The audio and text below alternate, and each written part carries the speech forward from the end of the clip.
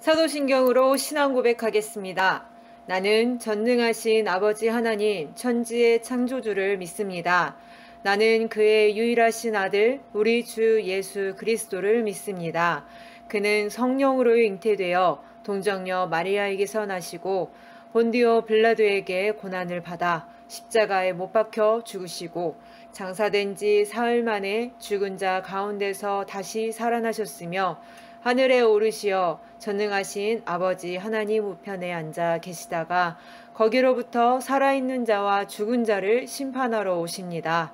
나는 성령을 믿으며 거룩한 공교회와 성도의 교제와 죄를 용서받는 것과 몸의 부활과 영생을 믿습니다. 아멘.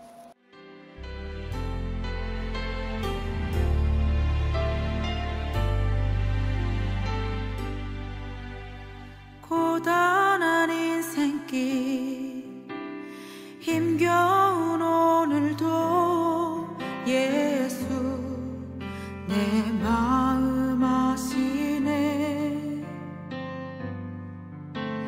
지나간 아픔도 마주할 세상도 예수 내 마음 아시네. 고단한 인생길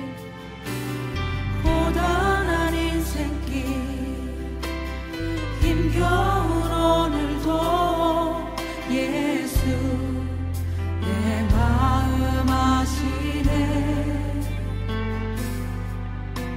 지나간 아픔도 마주할 세상도 예수 내 마음 아시네. 믿음의 눈 들어 주를 보리. 이 또한 지나가리라. 주어진 내 삶의 시간 속에 주의 뜻 알게 하소서.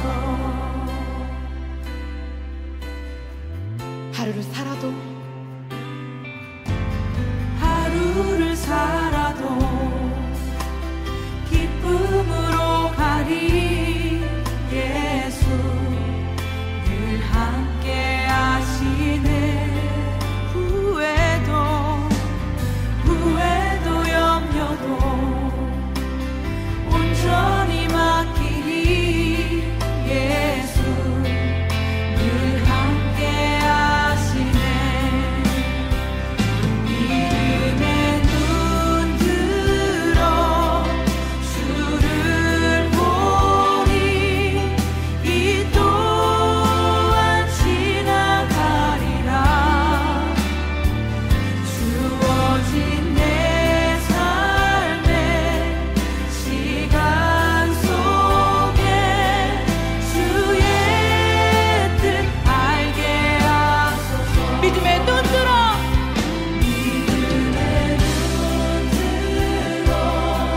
주를 보리. 이 또한 지나가리라. 주어진 내 삶의 시간 속에 주의 뜻 알게 하소서. 하나님 아버지, 한 주간 주님의 보호 아래 있게 하시고 이 예배의 자리 가운데로 나오게 하신 감사합니다. 코로나 상황으로 모이기 어려워 이렇게 영상으로 예배드립니다. 환경도 드리는 예배도 조금은 달라졌지만 우리를 기억하시고 부르신 주님께서 각 자리에서 드리는 자리에 함께 하셔서 우리의 예배를 받아주실 줄을 믿습니다. 예배드리는 우리의 마음을 열어주셔서 주님의 말씀으로 소망 있게 하시며 위로받아 힘있게 주의 자녀로 살아갈 수 있도록 인도하여 주옵소서. 우리의 모든 삶을 아시는 주님, 이 시간 듣는 말씀을 통하여 우리의 삶을 주님 안에서 돌아보길 바랍니다. 잘못하고 연약한 부분 말씀 앞에 복종하게 하시고 날마다 새로워질 수 있는 생명의 시간 되도록 인도하여 주옵소서. 이 모든 말씀 살아계신 주 예수 그리스도의 이름으로 기도드립니다. 아멘. 오늘의 본문 말씀 에베소서 1장 9절의 말씀입니다. 함께 읽겠습니다. 그 뜻의 비밀을 우리에게 알리신 것이요 그의 기뻐하심을 따라 그리스도 안에서 때가 찬 경륜을 위하여 예정하신 것이니. 아멘. 네, 코로나 상황이 좋지 않아서 결국 영상으로 보게 되었습니다. 지난 시간 요한일서 내용 함께 정리해 보았죠. 오늘부터는 에베소서 내용을 살펴볼 텐데요. 오늘 첫 시간 비밀이라는 제목을 가지고 1장의 내용을 함께 살펴보고자 합니다. 여러분들 세상에 비밀이 있을까요? 네, 내가 비밀이라 하며 친구한테 이야기하지만 결국 돌아 내 귀로 들어오는 경우가 있지요. 또한 특히 요즘에 곳곳에 CCTV가 많이 있기 때문에 비밀이라는 것이 더더욱 없는 것 같습니다. 이로 인한 범죄 행위도 참 많이 있습니다. 이렇듯 세상에서의 정보들 딱히 비밀이라고 할 수 없는 경우가 참 많은데 이 본문에서 그 뜻의 비밀이 나옵니다. 이 비밀은 너무나도 완벽하여서 그 비밀을 전하던 자들조차도 그 뜻을 온전히 알 수 없었습니다. 바로 구약의 선지자들의 이야기죠. 이 특별한 비밀은 알 수 있는 유일한 방법이 있었으니 그 방법은 무엇이냐? 8절에 보니 이러합니다. 이는 그가 모든 지혜와 총명을 우리에게 넘치게 하사. 아멘. 하나님께서 지혜와 총명을 주신 자들만 이 비밀을 알 수 있는 겁니다. 그 뜻의 비밀을 우리에게 알리신 것이요. 네, 알려진 우리라는 존재가 있죠. 이 존재가 누구일까요? 7절입니다. 우리는 그리스도 안에서 그의 은혜의 풍성함을 따라 그의 피로 말미암아 속량 곧 죄 사함을 받았느니라. 아멘. 여기서 우리는 그리스도 안에서 그리스도의 피로 그 죄 사함을 받아 속량함을 받은 자들입니다. 바로 교회를 두고 이야기하는 거죠. 이는 사도 바울이 에베소 교회에게 보낸 편지입니다. 또한 이 내용의 이야기를 들어보니 바로 우리에게도 적용되는 이야기죠. 그러니 우리 또한도 이 우리라는 내용에 포함될 수 있다라고 확실히 이야기할 수 있으며 또한 이들과 같이 우리 또한도 이 비밀을 안 자로서 이 말씀을 받고 있다는 것을 우리는 알아야겠습니다. 자, 이 본문에서 비밀을 이야기하는데요. 그 비밀에 대한 내용을 정리해보면 이렇습니다. 11절입니다. 모든 일을 그의 뜻의 결정대로 일하시는 이의 계획을 따라서 우리가 예정을 입어 그 안에서 기업이 되었다. 바로 구원에 대한 이야기인데요. 이 구원이 구체적으로 영원 전에, 세상이 만들어지기 전에 이미 예정을 입어서 택함을 받았으며 그 약속대로 그리스도 안에서 우리가 기업이 되었다. 하나님 나라 백성이 되었다라는 것을 이야기하고 있습니다. 하지만 사도 바울은 이 비밀을 안 것에 만족하지 않았습니다. 17절, 18절의 내용을 보면 이러한데요. 우리 주 예수 그리스도의 하나님 영광의 아버지께서 지혜와 계시의 영을 너희에게 주사 하나님을 알게 하시고 너희 마음의 눈을 밝히사. 사도 바울이 하나님께 구하고 있습니다. 지혜와 계시의 영을 너희에게, 바로 우리에게 부어주사 알게 해달라는 것이죠. 무엇이냐? 그의 부르심의 소망이 무엇이며 기업의 영광의 풍성함이 무엇이며 또한 우리에게 베푸신 능력의 지극히 크심이 어떠한 것인지를 우리로 하여금 알게 하시기 위함입니다. 우리가 비밀을 알았다고 하지만 그 비밀의 크고 넓고 깊은 그 의미를 알지 못하기 때문에 그것을 알게 해달라고 지혜와 계시의 영을 우리에게 달라고, 마음의 눈을 띄우게 해달라고 지금 강구하고 있는 내용이죠. 혹시 눈에 보이는 친구들의 관계나 또 매일 닥치는 그 시험 가운데에서 우리가 소망을 찾으려 하진 않나요? 매주 교회에 와서 우린 하나님 나라의 백성이다 라고 외치지만 과연 우리가 바라보고 기다리는 그 하나님 나라, 그의 영광이 얼마나 큰지를 우리는 알고 경험하고 있나요? 우리는 그의 능력이 얼마나 큰지를 알아서 하나님만을 의지하며 살아가는 우리의 모습인가요? 에베소 교회도 우리와 같은 모습이었던 것 같습니다. 구원받았다라고는 이야기하지만 마치 하나님이 없는 것처럼 소망 없이 살아가는 그들의 모습이 너무나도 안타까워서 사도 바울은 그들에게 이러한 것들을 더욱더 풍성히 알게 하려고 이 편지를 쓴 것이죠. 세상 가운데서 가장 빛나야 할 이들이 세상 가운데서 웅크리고 초라하게 살아가는 모습을 보면서 사도 바울은 견딜 수 없어 이 편지를 쓸 수밖에 없었습니다. 또한 우리들을 위해 이 편지를 써주신 것이죠. 20절입니다. 그의 능력이 그리스도 안에서 역사하사 죽은 자들 가운데서 다시 살리시고, 하나님의 크신 능력은 이러합니다. 죽은 자들 가운데에서 그리스도를 다시 살리셨다. 죽음을 이기는 생명의 절대적인 주관자이십니다. 생명을 죽기도 하시고 살리게도 하시는 분이시죠. 또한 하늘에서 자기의 오른편에 앉히사 그리스도께서는 가장 비참하게 죽으셨어요.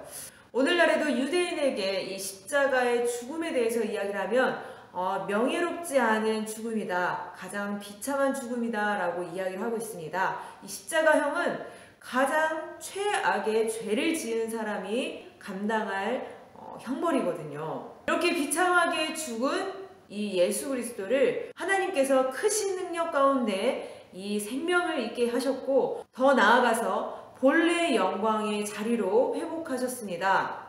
모든 통치와 권세와 능력과 주권과 이 세상뿐 아니라 오는 세상에 일컫는 모든 일을 위해 뛰어나게 하시고, 이 모든 만물의 가장 뛰어난 영광의 자리 가운데 있게 하시고, 또한 우리의 통치자로 그 자리에 있으시는 거죠. 그의 능력은 단순히 우리의 생각을 조금 바꾸시는 그런 정도의 능력이 아니십니다. 시험 보는 것 자체에도 벌벌 떠는 우리들입니다. 왜냐? 이 시험이 우리를 평가한다고 믿기 때문이죠. 하지만 하나님께서는 이 작은 것과도 비교할 수 없는 큰 권능과 능력, 모든 것들을 가지고 심판하시는 완전하신, 또 절대적이신 분이시라는 것을 우리는 기억해야 합니다.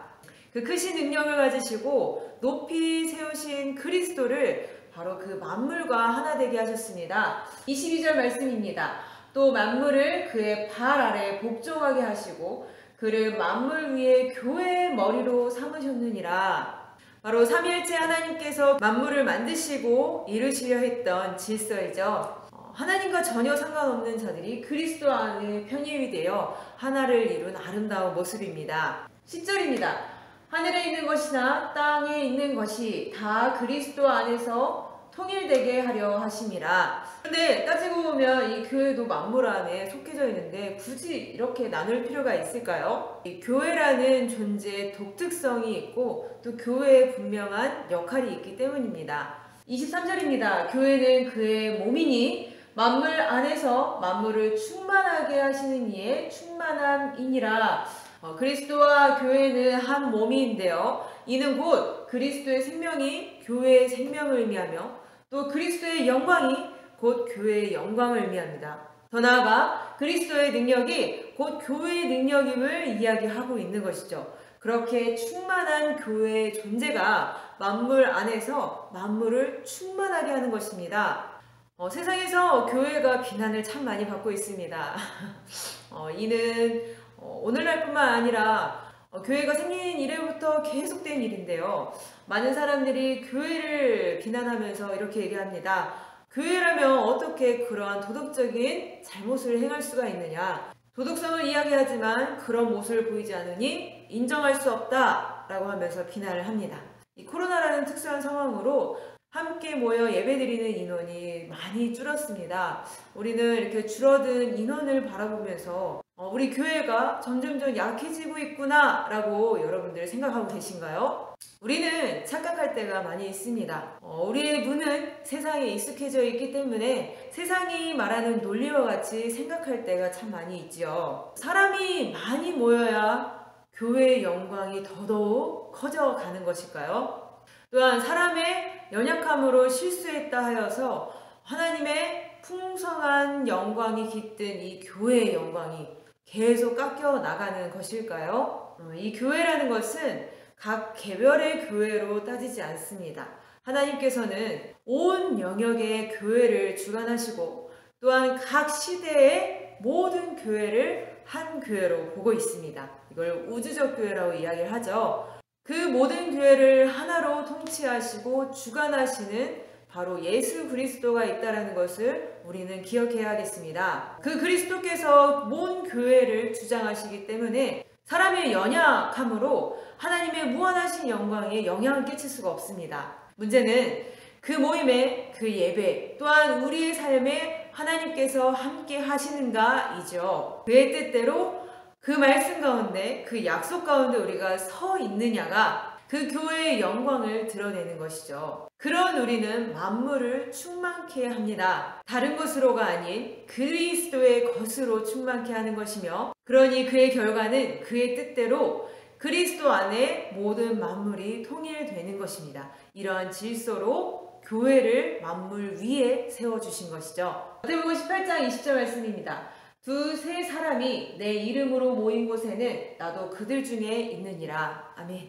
우리가 적게 모이나 많이 모이나 또한 어느 곳에 있든지 간에 우리가 그리스도의 이름으로 있는 그곳 가운데 주님께서 함께 하셔서 교회의 영광을 드러내 그 일을 감당케 하시는 것이죠. 다시 에베소서 1장으로 돌아와 12절입니다.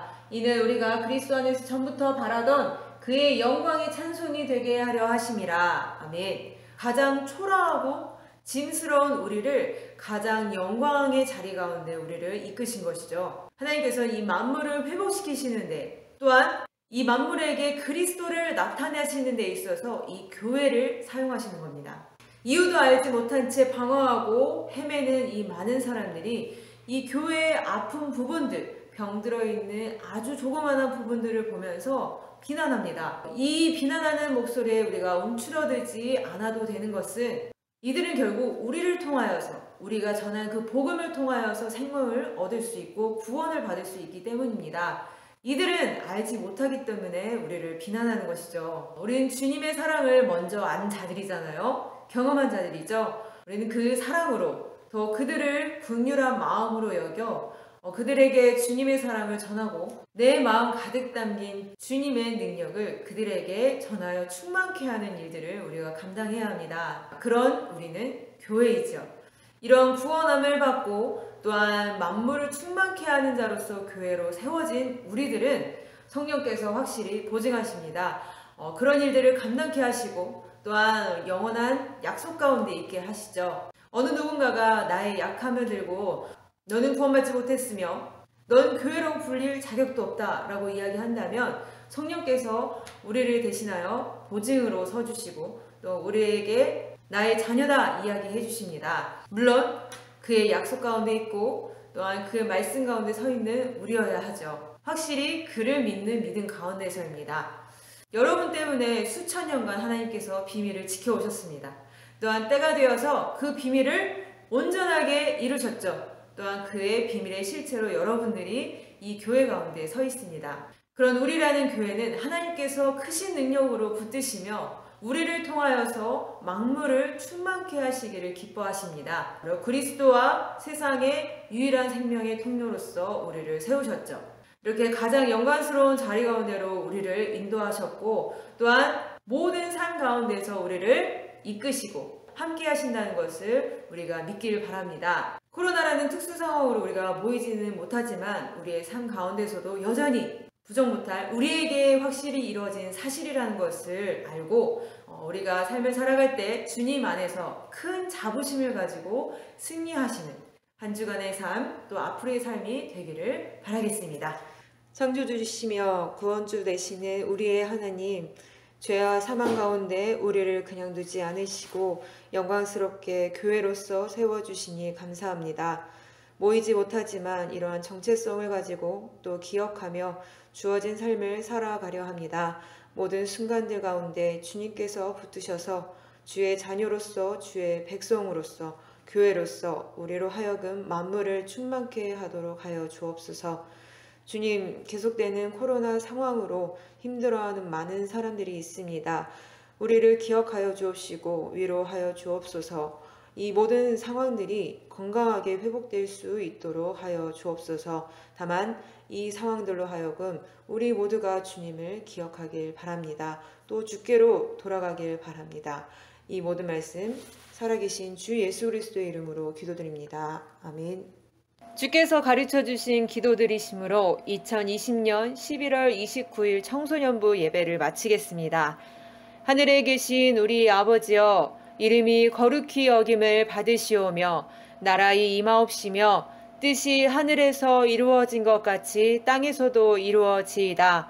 오늘날 우리에게 일용할 양식을 주옵시고 우리가 우리에게 죄 지은 자를 사하여 준 것 같이 우리 죄를 사하여 주옵시고 우리를 시험에 들게 하지 마옵시고 다만 악에서 구하옵소서. 대개 나라와 권세와 영광이 아버지께 영원히 있사옵나이다. 아멘.